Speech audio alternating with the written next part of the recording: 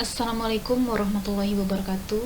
Perkenalkan, nama saya Mili Andayani, NPM 19110026, kelas SIP 1901. Baiklah, di sini saya ingin mempresentasikan tentang data dan informasi dari mata kuliah Sistem Informasi.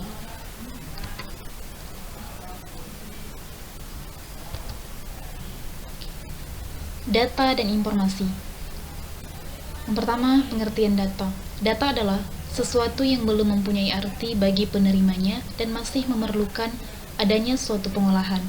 Data bisa berwujud suatu keadaan, gambar, suara, huruf, angka, matematika, bahasa ataupun simbol-simbol lainnya yang bisa kita gunakan sebagai bahan untuk melihat lingkungan, objek, kejadian, ataupun suatu konsep.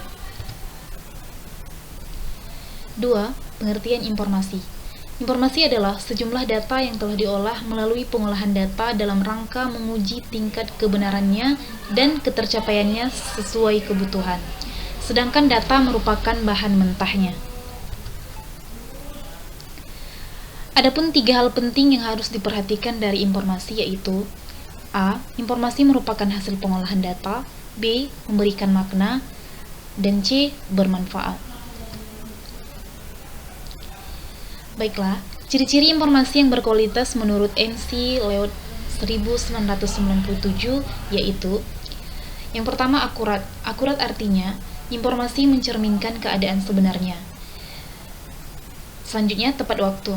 Tepat waktu artinya informasi harus ada saat diperlukan. Selanjutnya, relevan. Relevan adalah informasi yang diberikan harus sesuai yang dibutuhkan. Yang terakhir, lengkap. Artinya, informasi harus utuh, tidak setengah-setengah. Berikut ini beberapa ciri informasi yang baik. A. Aktual, yaitu informasi terkini yang sedang hangat dibicarakan. B. Faktual, yaitu informasi yang didukung dengan fakta sehingga terjadi kebenarannya. C. Bahasa yang dipakai atau yang digunakan singkat, padat, dan jelas. Yang terakhir, menarik, yaitu informasi yang memiliki daya tarik atau daya pikat. Adapun jenis-jenis informasi, yang pertama yaitu ada absolute information.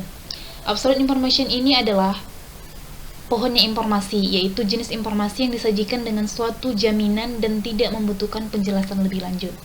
Yang kedua yaitu substitutional information, yaitu jenis informasi yang merujuk pada kasus di mana konsep informasi digunakan untuk sejumlah informasi.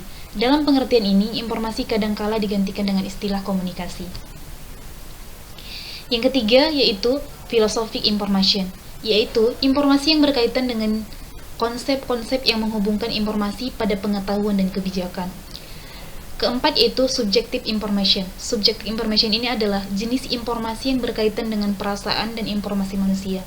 Kehadiran informasi ini bergantung pada orang yang menyajikannya.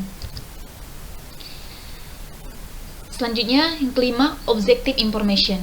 Objective information ini adalah jenis informasi yang merujuk pada karakter logis informasi-informasi tertentu. Yang keenam, cultural information. Cultural information ini adalah informasi yang memberikan tekanan pada dimensi kultural. Adapun komponen-komponen informasi, yang pertama, root of information, yaitu komponen inti dari informasi pada tahap keluaran pertama, sebuah proses pengolahan data yang biasanya disampaikan oleh orang pertama.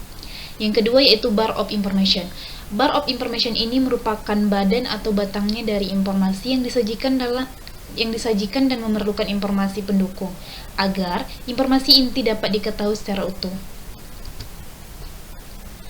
Yang ketiga yaitu branch of information.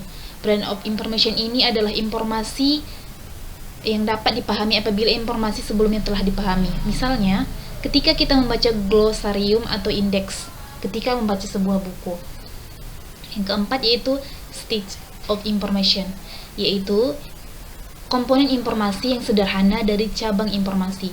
Bentuk dari informasi ini biasanya berbentuk pengayahan pengetahuan. Kedudukannya hanya sebagai pelengkap terhadap informasi yang ada. Selanjutnya, part of information.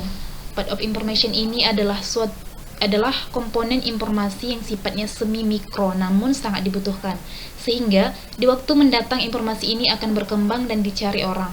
Misalnya, informasi tentang multiple, intelligence, hipotetik, kurikulum masa depan, dan lain-lain.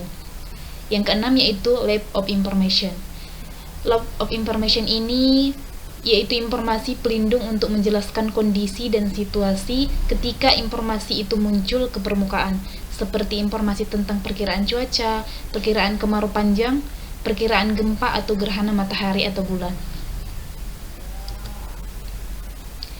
Baiklah, cukup sekian yang dapat saya sampaikan. Lebih dan kurang saya mohon maaf. Assalamualaikum warahmatullahi wabarakatuh.